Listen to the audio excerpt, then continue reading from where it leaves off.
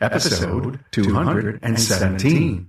When you analyze every single comeback, you're going to have either a parts issue or a communication issue, possibly a procedural issue.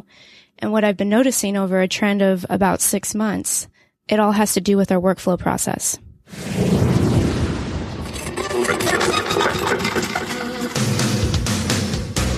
Welcome, aftermarketers, to Remarkable Results Radio.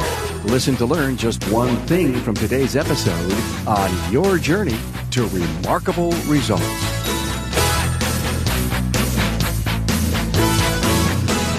Hello, aftermarketers throughout North America and around the world. Carm Capriato here, and welcome and thanks for listening to the Aftermarket's premier podcast, Remarkable Results Radio. And welcome to episode 217, an interview recorded at Vision 2017 with Stacia Hamp from Community Auto in Fort Collins, Colorado. This episode is brought to you by Federal Mogul Motor Parts and Garage Gurus for serious technical training and support, online, on-site, and on-demand. Garage Gurus is everything you need to know. Find out more at fmgaragegurus.com. As of today, I've renamed the Town Hall webinar to Town Hall Academy. It much better explains the value it brings to you. Peer-to-peer education on our specific industry topics with industry professionals within the same society, the aftermarket. So as we move forward each week, live on Fridays at noon Eastern, we are now called the Town Hall Academy. Hey, have you had a chance to create a lunch and learn program around the Town Hall Academy? Look over the list of subjects on the website learning page. That's remarkableresults.biz/learning. Pick one and have your crew take the lesson. Even your own coaching or 20 group can watch and discuss the Academy session. And they should be on your must-watch list. Hey, I want to thank my new Facebook friends, Raymond Gunder, Tara Topol, Stephen Buckley, and Matt Ohlert. And also a shout out and thanks to my new LinkedIn connections, Aaron Burns, Jason Nelson, and Don Soul. Did you know that you can listen to the podcast on Apple Podcasts, Google Play Music, iHeartRadio, Spreaker, and Stitcher Radio, and on my own app for iOS and Android? Now meet Stacia Hamp, part of the father-daughter leadership team at Community Auto in Fort Collins, Colorado. We met at Vision 2017 and recorded our interview in my Vision studio.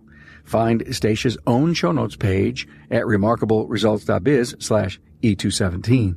Community Auto received one heck of an honor from the Better Business Bureau as the 2017 Torch Award winner for business ethics in a small business category.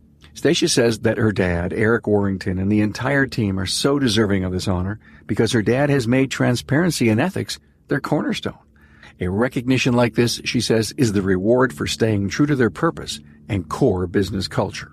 In the episode, Stacia talks about her formal education as a teacher and how it has helped the business, how DVI has increased transparency and trust with their customers, and how well the diverse personalities of dad and daughter complement the business. She also talks about her work with ASA Colorado and a discussion on comebacks and the evaluation process to prevent them. Now get ready to listen to Stacia Hamp and listen to when she starts talking proud about their BBB Torch Award for business ethics. Now here we go with Stacia Hamp. Listen, I'm at Vision 2017 and in the portable studio, and I met Stacia yesterday. Loved her story about being the daughter of the father who owns the shop, and she's also a part owner of the shop. And I've had a goal, Stacia, to interview an active working family member. I've interviewed an awful lot of sons of dads, and I'm glad to have you here. Welcome. Thank you. Thank you, Carm. Fort Collins, Colorado. Wow. 13 years in the business with your dad? Yep. So how did you start? Great question. Didn't think that I'd be where I'm at. I actually went to CSU and graduated with an elementary school teacher degree. Doesn't that help you in the business? No, believe it or not, it does. Yes. Yes. You need to teach customers about their cars, and I imagine that having that education background helps you to build processes and the training commitment that you have inside the business. Yeah. Stacia, being an elementary educated person, do you find the need to be a continual learner? Oh, absolutely. Yes. That's actually one of my passions. It is a continual learner. Okay, great. Where are you getting this knowledge tree? Books. Okay. Lots of books. And also lots of networking. Having conversations with other shop owners, other service writers, managers. You just mentioned service writer.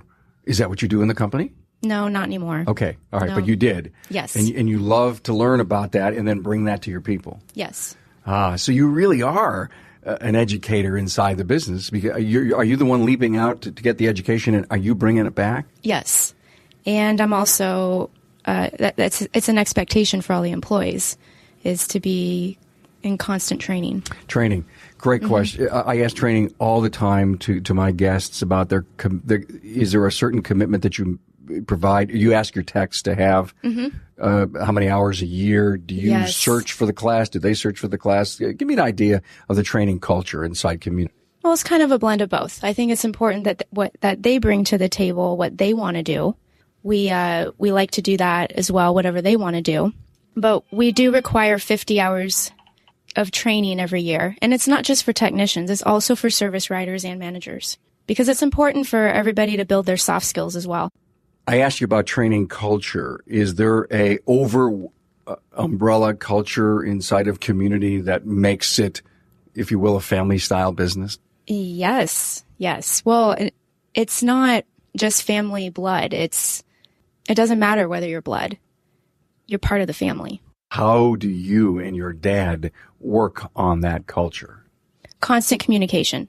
So the moment that I come through the shop doors in the morning, I'm saying hi to everybody with a smile, positive attitude, and asking everybody about their day, about their weekend, what do they have planned, getting to know them. You care. You care immensely about their world. Absolutely. Beyond work. Yes. Is there, a purpose or a vision that the company has that's posted on a wall somewhere that everyone rallies around? Yeah. Yeah. Well, I guess actually it's not posted. It's more ingrained in us. Cool. What our mission is. And how was it ingrained? Just based on this constant feedback and actions. Actions. So part of our mission statement is never put money ahead of people. And my dad has embodied that. In fact, he's made decisions that are more people-based, which were not good for the business. You hear all the time, purpose before profits literally produces the profits if your people are aligned. Do you agree with that? Yes.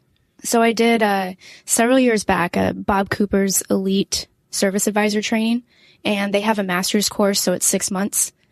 And that was something that we learned was if you're doing the right things for the right reasons, the money just follows.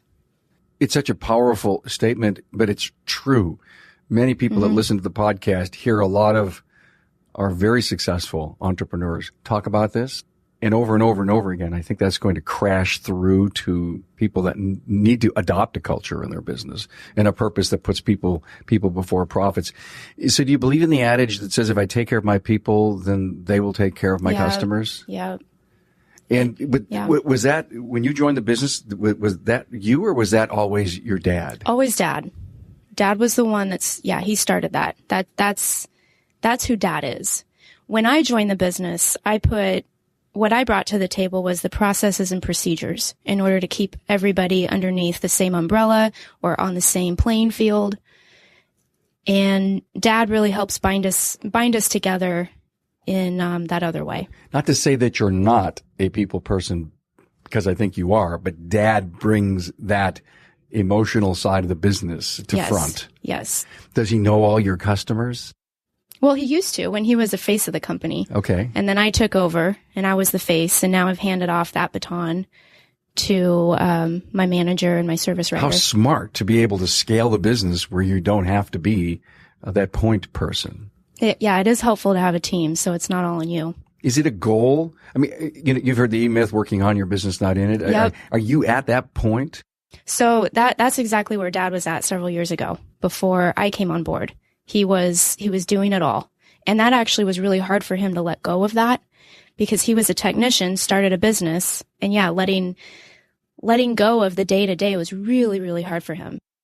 But he brought me on board. I bring some other things, and then we bring some other people on board, and now it's just kind of starting to develop its own life. I'm talking to Bud Houston, a technical product specialist with Federal Mogul Motor Parts. Do you actually put products in the hands of the technicians? Yes, absolutely. Anytime there's new product introduced, perhaps a new problem solver or a new technology, we keep that stuff on the van just because their local parts supplier may not have it available. And we think it's important to show them what's coming. And then seeing the part is really, especially with the new OEX, seeing the part and touching the part is something that changes perspective rather than just a piece of paper with a picture of the part. Okay, so you put an OEX pad into the hand of a technician, and you've done this, I'm sure, hundreds of times. What do you see on their face when they see it? You can tell they get it. You know, in our industry, there's technology that we use all the time that you look at and you're like, that just doesn't make sense to me. I'm going to take your word that it works. You put an OEX brake pad in somebody's hand, and I just ask the question, why does this look so weird? And they're like, I bet it's to make it cool. They get it as soon as you put it in their hand. So technicians holding your product and listening to your presentation, do you ever see the light bulbs go up? They raise their hand and says, boy, I've got a great idea for you. Oh yeah, absolutely. Not only does that happen, every time I'm with a group of guys, I solicit ideas. I'm like, listen, a lot of the stuff that I've shared with you originated in a bay somewhere where the technician said, you know what, if you could do this, it would be really cool. And so the stuff that I get, I send up, to our engineering team and say, hey, could we do something like this? And there's things in the works, and there's some things that came out recently that originated in, hey, if you could do this, it would be helpful. Because at the end of the day, I think Federal Mogul's known in every line to be a problem solver, and not just solving a problem, but making an installation easier as well. Federal Mogul Motor Parts' Garage Gurus is your go-to source for the vehicle training, technology, and answers you need to keep your next job on track. On-site, online, or on demand, the Gurus are here to help keep your business and your career on the road to success. Visit fmgarageguru.com. Tell me your best customer service story. That's hard to pinpoint an exact story. Kind of more, for me, it's more of like a feeling of what I get. Okay. So there's not really just one story. It's more when they can actually feel comfortable to talk to you about their life and talk to you as a friend, then you've succeeded. That they feel comfortable doing business with you, but then also being personable with you. A lot of customers, when they first, when they come into the shop, they have their guard up and they don't know who to trust, what to do, feel kind of out of the loop. And so once they let that guard down, then you did your job. Is your job to help them let that guard down? Yes. And do your people, have they been trained to do that, or are they just natural people? Oh, Valerie and Evan, they do a far better job than I do. Got it. Well, your strengths. We spoke. If you're a process and procedures person, you don't necessarily have a ton of people skills. And I'm not being negative at all. It's true. But the smartest entrepreneurs know their strengths, know where they need to fill in the blanks. So you've got two service writers that are fronting the business for you and doing everything that you expect that is a little hard for you to do. Yes. The transition, which is so cool, is that you had to do that stuff while you were evolving in the business. Dad, well, Stacia, you have to do all these jobs. And you go, oh, Dad, please don't put me on the counter. And I'm not saying that happened or it didn't, but you had to do it. You couldn't teach it to someone if you hadn't walked a mile in those shoes. Yeah. Now, when you hire someone, do you look for the traits that you want to have as the face of your business? Oh, yeah. And how do you do it? Is there a test? Do you do any kind of assessments at all? Oh, that's a great question. Well, there's no one right way. It's a combination of things. So, first of all, actually, it takes us forever to hire people because we wine and dine them several times, have conversations with them just to get to know the person, the personality, before we even know the skills.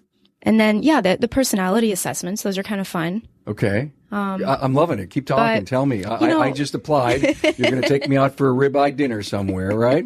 Yes, with shrimp. Excellent. And you're watching me and you're asking me all great questions to see how I react in a social setting. Yeah. And questions about you. What makes you tick? Right. What do you like to do? What are your hobbies? also to kind of see if your personality is going to fit in our culture. Yes, you're looking for that. A side note real quick, because I want to get back to that hiring process. How many people have come up to you and said, Stacia, I think you made a wrong hire?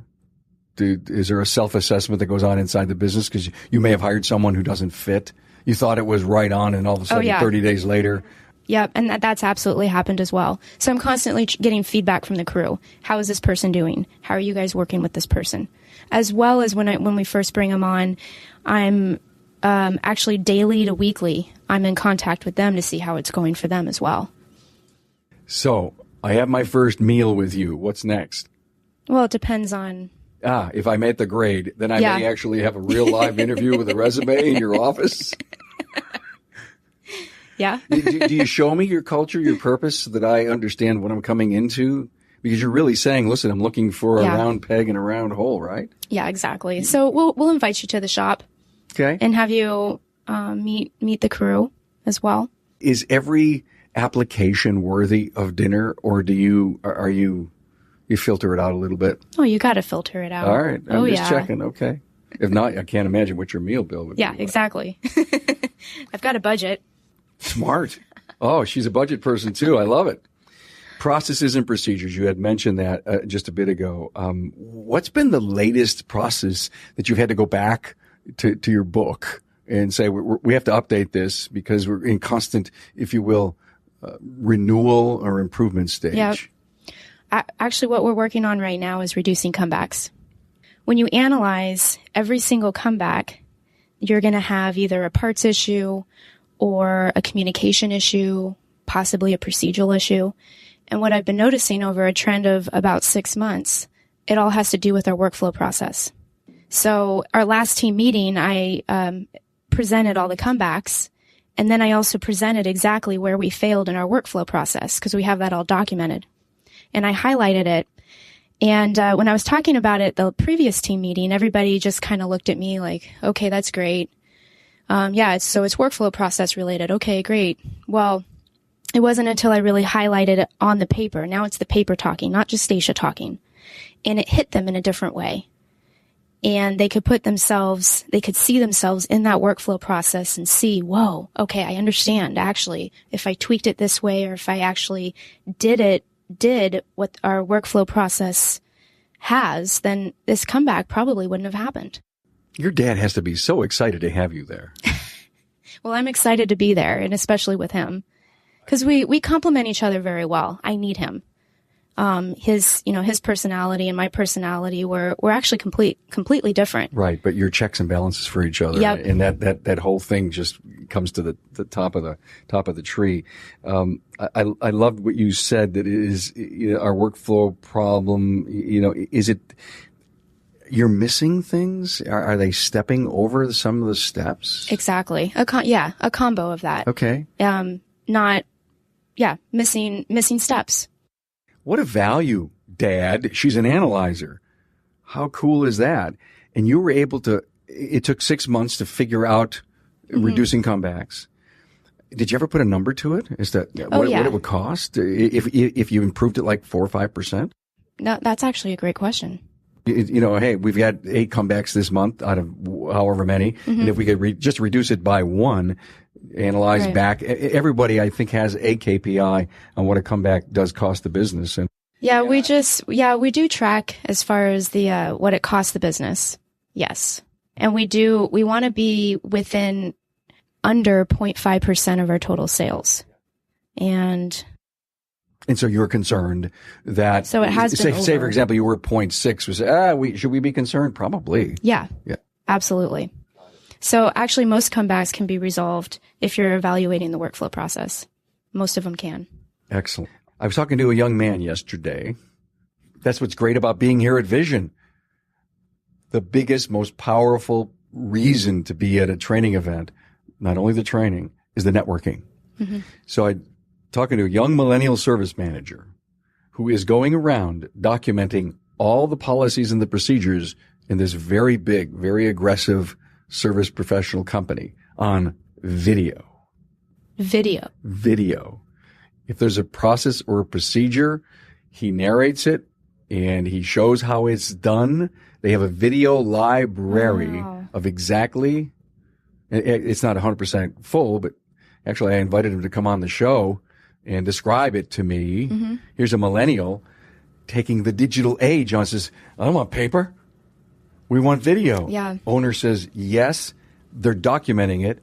He showed me on his phone, I don't know, some kind of private site that they had, or he's got all the videos, and he started to show me, and I'm watching. He says, yeah, well, when a car comes in, here's what we do. And so anybody who new joins the company. Way easier to train. Yes. Say they're in that, you've got to hire young people, and the way they get their uptake is videos. So Mm-hmm. I not only want to share that with you, but to our listener, and encourage our listener to keep an eye out for that episode, because I think it's not necessarily revolutionary, but it is, and it's an awful lot of hard work. It's a brilliant idea. But it is a brilliant. Because most people are visual. Yes, and so I asked, because I'm an inquisitor, I just love to find out, and I said to him, his name is Jeremy, and I said, Jeremy, what happens if you actually would call up the paper policy and the procedure, and you'd make a small little change to it, and then tell everybody, listen, we are now going to do this instead of that. I said, in a paper procedure, it's simple. You type it, you print it, you put it in the book, done. I said, how do you fix the video? And he goes, we have to do another video. Or they do an addendum to it. But listen, video is easy to do today. Smartphones produce pretty good stuff. Somebody needs to hold the camera. You don't necessarily have to have a script, but if you walk through the procedure with people, here's how we check out the customer. By the way, we look for smudges, we look for this, and if you will, there's a conclusion. It's not words. Mm-hmm. It's actually how it's done. Mm-hmm. It ends up becoming the visual how. No different than a written procedure. Loved it. I thought it was really interesting.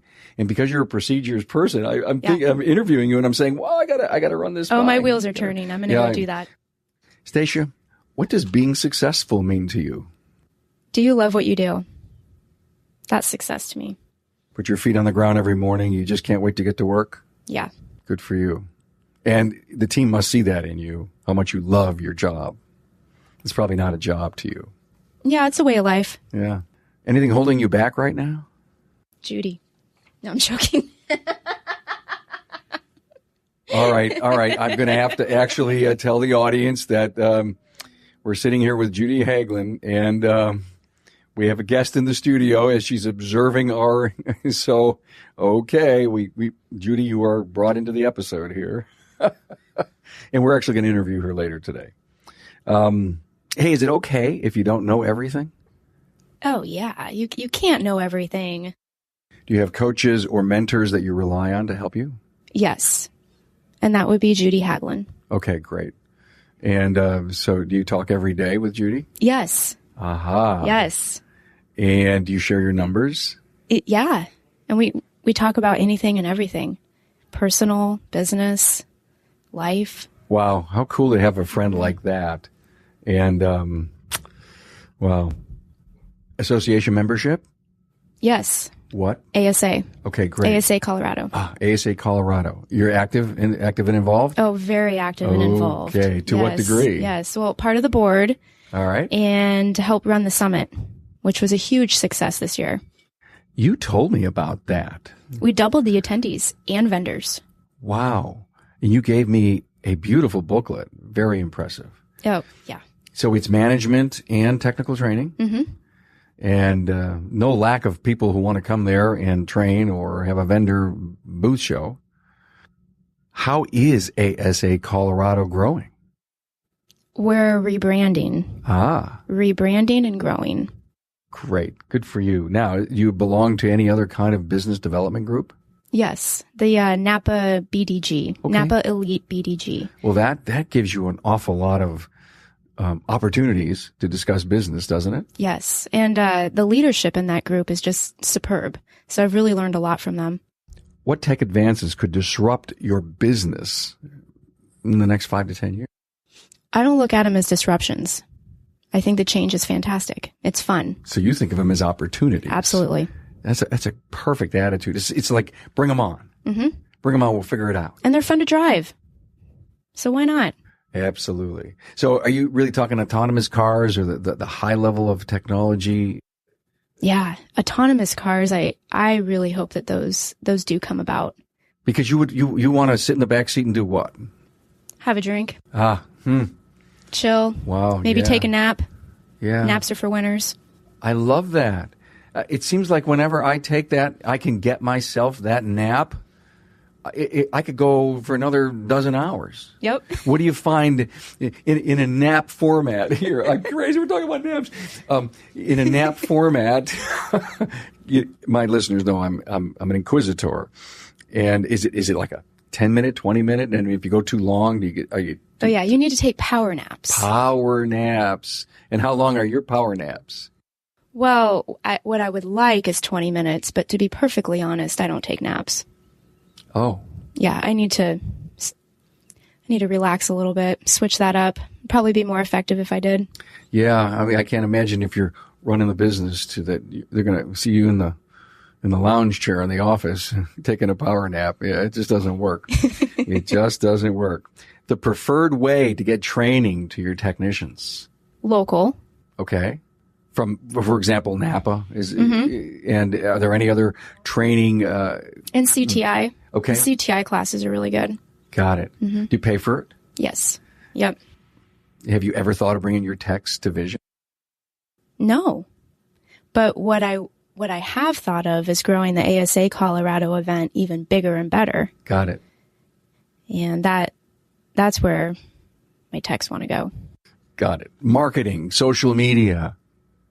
Are you the marketing arm of the company? Yes, I am. Great. Yep. What's working best for you? No, actually what's working best is really whatever goes on at the front counter. It's those referrals. Those are the best type of customers that we get. So tell me about your referral strategy. How are you making that work? We send them a thank you. So when somebody refers somebody, we do a referral thank you with a gift card. We also have a rewards program where they can earn back dollars and also free roadside assistance. So I'm a customer, first time in. I had a great experience. Do you ask me at the conclusion of our transaction for referral? Oh, yes. We'll even offer $30 off to whatever person you refer. Are you asking for good reviews on the internet from your customers? Oh, great question. Yes. And that is key. Those online reviews. A lot of people, before they even come into your business, they're going to be looking at your reviews. Right. Mm-hmm. And how you doing with your reviews? We're trying to build, but we are much better this year than we were the previous year. We did a town hall live called How to Manage a Negative Online Review, and it was an incredible subject. We had 3 of my podcast alumni on to talk about it. And it was so interesting how it spun into customer service and processes and how you can almost sense that you may be getting a bad review. Yes. Because something broke down, right? Yes. Actually, a lot of the processes are geared towards hoping that we don't get a bad online review. Exactly. It's very top of mind. Exactly. Your shop management system, what do you use? Mitchell, are you using any kind of digital vehicle inspection software? Mm-hmm. Yeah, we use Bolt-On. And you use Bolt-On. Mm-hmm. When you text a customer, do they get swag because look at what my shop sent me? Are they excited to see the pictures you send them? Yeah, we've gotten that response. Yes. Pictures are a million words. Amazing. Mm-hmm. What is the implementation of this digital vehicle inspection system what's it done for your business? It's helped increase transparency, which in turn increases customer trust. Wow. That is a great statement. I love that statement. Did Bolt-On pay you to say that? Yeah, right. So the things you come into the business, you I don't know if you're a to-do list person or you're highly structured when it comes to, okay. Oh yeah. What are the things that you do right, the beginning of the day that add the most value to the business? Yeah, actually just being a support for people.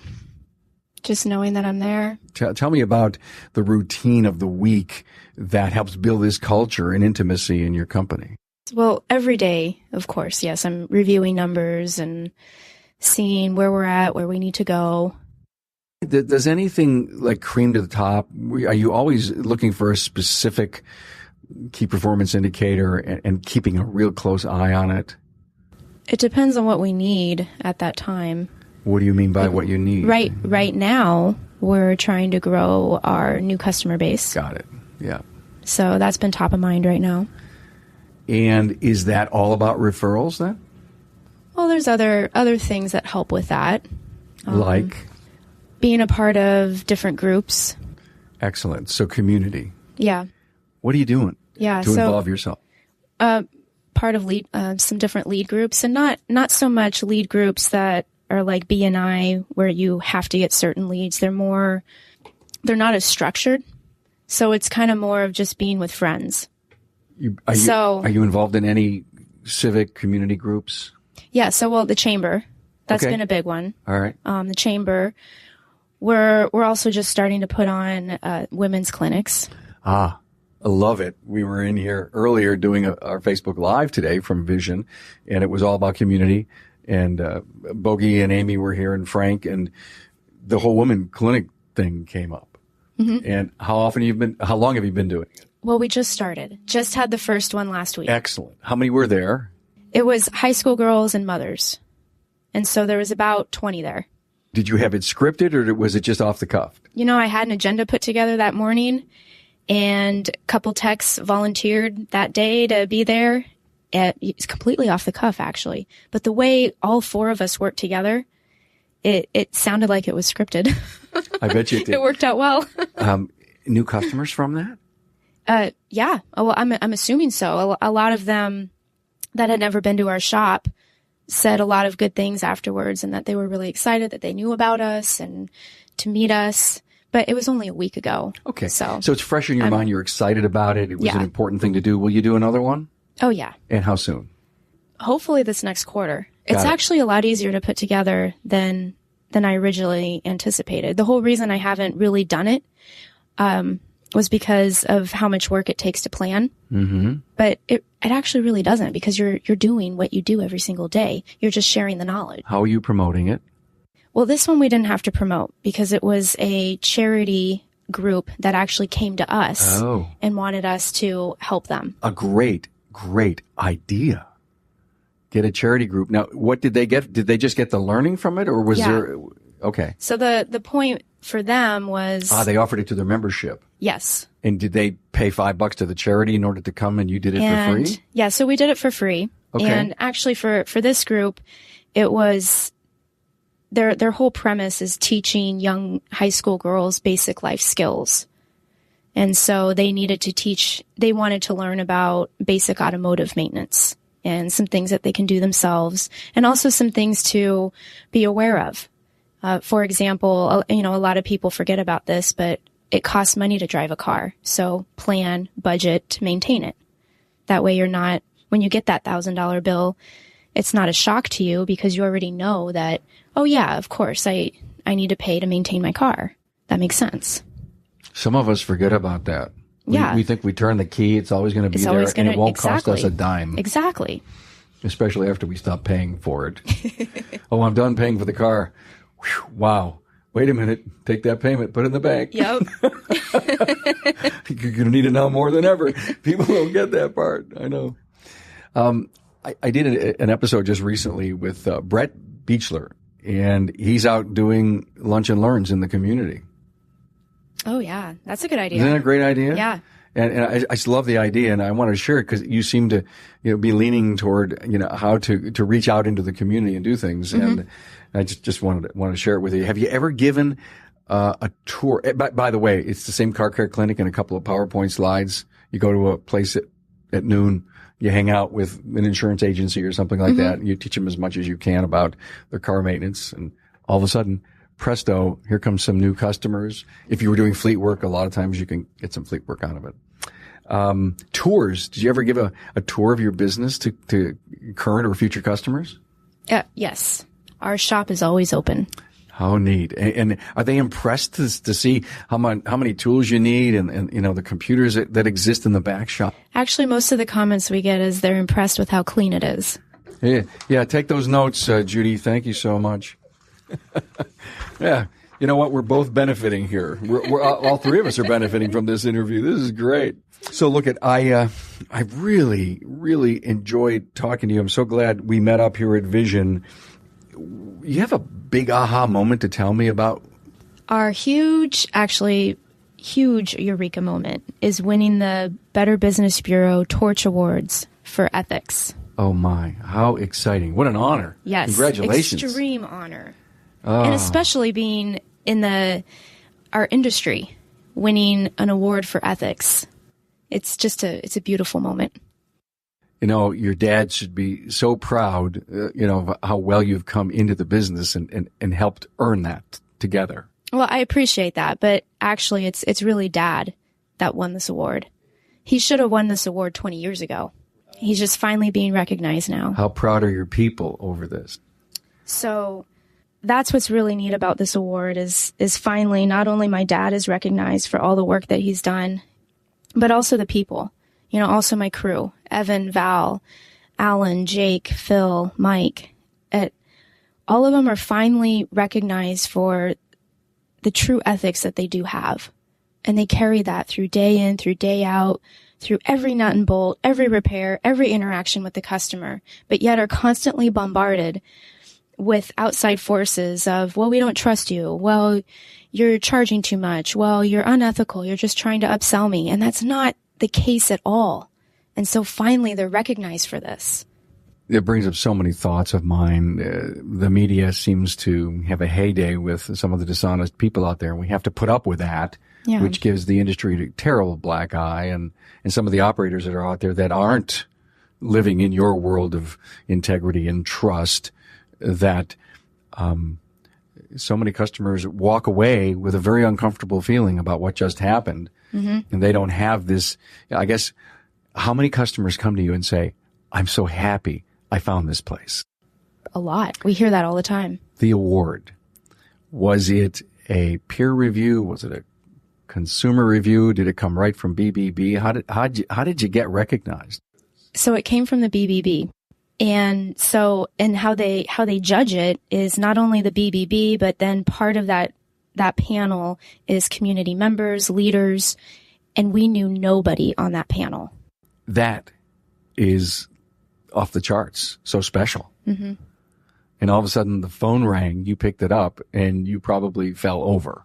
We had to ask if what they were saying was really true. Fake news. Yeah. Oh, what a fabulous ending to this interview. And one final question. I'm so proud and so happy for you. Give us some great words of wisdom to live by. Love what you do. That's it. Simple as that. Is that written down? Do you have a saying on the wall somewhere? No, what you do? I live it, eat it, and breathe it. Stacia Hamp from Community Auto, Fort Collins, Colorado. Thanks for being on the show. Thank you. Hey, Aftermarketers, thanks for joining Stacia Hamp and myself. It's always great to hear from second-generation family and the working relationship and impact the parent has on their leadership role. I did so enjoy Stacia's straight talk on so many subjects covered. She brought her no-nonsense process approach along with many smiles to the interview. Please check out her own show notes page at remarkableresults.biz/E217, and there you'll find a video on the shop and their Torch Award. Hey, I need your help. My creative fuel comes from you, my listener. Not only the ideas and suggestions, the fuel is ignited when you listen as a loyal fan. Now, I know there are solid wisdom nuggets in every interview, along with teaching moments that help you grow as an important member of the aftermarket. So when I see thousands of listens on the episodes, I know that value is being delivered. Now, your help is simple. Just tell a friend. With the millions of members of our aftermarket community, I can never have enough listeners to the podcast. So, hey, your part is share, tweet, like, send an email to a friend. Help us get the word out. And thank you. Thank you so much. Thanks for being on board to listen and learn from another inspiring aftermarket professional. Until next time.